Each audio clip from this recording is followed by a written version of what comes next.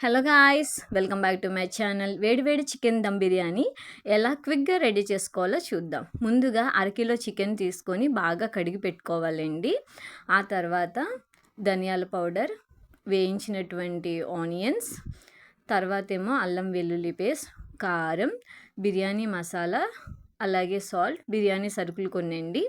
ఇవన్నీ తీసుకొని పక్కన పెట్టేసుకుందాం. ఆ తర్వాత లెమన్, అలాగే 2 పచ్చిమిరపకాయలు, ఫ్రైడ్ ఆనియన్స్ చేసాం కదండి, ఆయిల్, అలాగే పుదీనా, కరివేపాకు ఇవి కడిగి పెట్టేసుకోవాలండి. నెక్స్ట్ మనం రైస్ తీసుకుంటే నేను ఇక్కడ 2 గ్లాసెస్ ఆఫ్ రైస్ తీసుకున్నాను. ఇది బాగా వాష్ చేసుకొని ఒక హాఫ్ అన్ అవర్ వరకు నానబెట్టుకోవాలండి. ఒక 2-3 టైమ్స్ వాష్ చేసుకున్న తర్వాత మనం నానబెట్టుకోవాలన్నమాట. ఇప్పుడు ఒక మంచి గిన్నె అయితే తీసేసుకోవాలండి. ఆ గిన్నె తీసేసుకొని, ఇది అల్యూమినియం కడాయి అనమాట. ఇందులో కడిగి పెట్టినటువంటి చికెన్ వేసేసుకోవాలి. ఇదంతా మ్యారినేషన్ ప్రాసెస్. ఈ చికెన్ కడిగి పెట్టుకున్నది ఇందులో వేసేసుకున్న తర్వాత ఇందులో తగినంత అల్లం వెల్లుల్లి పేస్ట్. ఇది ఎక్కువ వేసుకోకూడదండి. ఎక్కువ వేస్తే ఏంటంటే చేదు వచ్చేస్తుంది అనమాట. తర్వాత రుచికి సరిపడా సాల్ట్, అలాగే కారం వేసుకోవాలండి.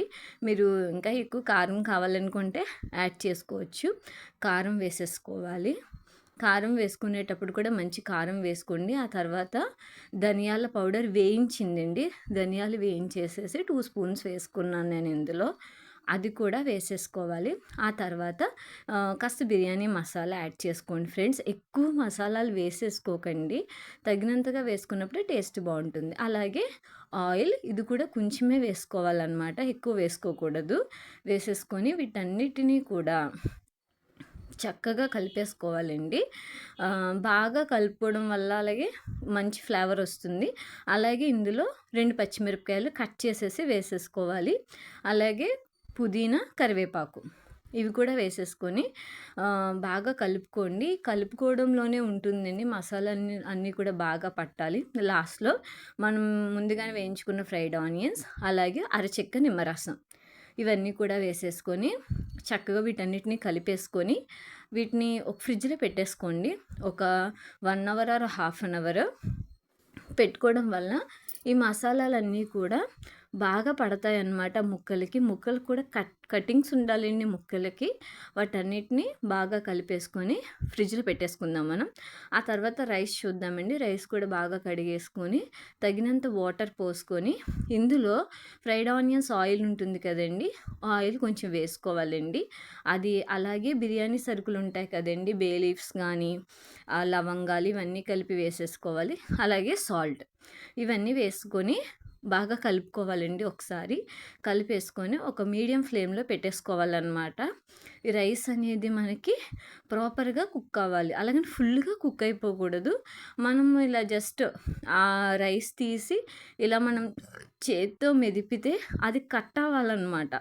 అలా కట్ అయినప్పుడు మనకి 70% కుక్ అయినట్టు. ఎందుకంటే ఇది దమ్ బిర్యానీ కదండి, 100% కుక్ అవ్వకూడదు. ఇప్పుడు ఫ్రిడ్జ్లోంచి చికెన్ని బయటికి తీసేసుకొని అది కూడా గ్యాస్ మీద పెట్టేసుకోవాలండి. అలాగే ఈ బిర్యానీ రైస్ పెట్టారు కదా, అది గ్యాస్ ఆఫ్ చేయకుండా ఆ వేడివేడి రైస్ని లేయర్స్ కింద వేసుకోవాలండి. ఆ లేయర్స్ కింద వేసుకునేటప్పుడు కూడా చక్కగా నీట్గా వేసేసుకోవాలి. ఒక 2 or 3 లేయర్స్ వేసేసుకోవాలండి.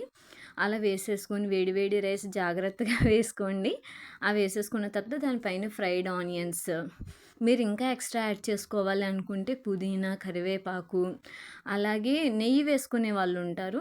వాళ్ళైతే లేయర్కి కూడా 1 స్పూన్ నెయ్యి అనేది యాడ్ చేసుకోవచ్చు అనమాట. బాగా స్పైసెస్ తినే వాళ్ళకి ఏంటంటే కారం అది ఎక్కువ వేస్తారు, మేము తక్కువ వేసుకుంటామండి కొంచెం.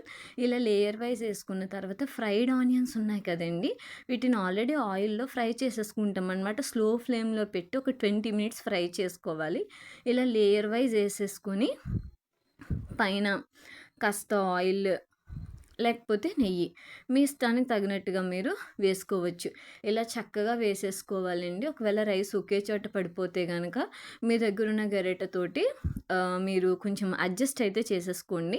ఇలా వేసేసుకొని దీని మీద ఆయిల్ లేదా నెయ్యి మీకు ఆల్రెడీ చెప్పాను కదా ఫ్రెండ్స్, అది కూడా వేసేసుకొని మూత పెట్టేసుకోవాలండి. నేనైతే ఇది పెట్టాను. నార్మల్‌గా అయితే ప్లెయిన్ ప్లేట్ పెట్టుకొని ఏదైనా బరువు వస్తువు అనేది దాని మీద పెట్టాల్సి ఉంటుంది. ఎందుకంటే ఇది దమ్ బిర్యానీ కదా! పొగ అనేది బయటకి వెళ్ళకూడదు ఫ్రెండ్స్. అందుకని చెప్పేసి చెప్తున్నాను. ఆ తర్వాత ఇదిగోండి ఇలాగ నేను కొన్ని రాళ్ళు ఉన్నాయి కదండీ! గ్రైండర్‌లో రాళ్ళు అది పెట్టేసాననమాట. ఫైనల్ లుక్ అయితే ఇది friends. Super super tasty dum biryani ready అయిపోయింది. ఇది చాలా చాలా టేస్టీగా ఉంది. అలాగే ఎక్కువ మసాలాగా కూడా లేదు. చాలా కమ్మగా ఉంది. మీరు కూడా ట్రై చేసి ఎలా వచ్చిందో కామెంట్ సెక్షన్‌లో కామెంట్ చేయండి.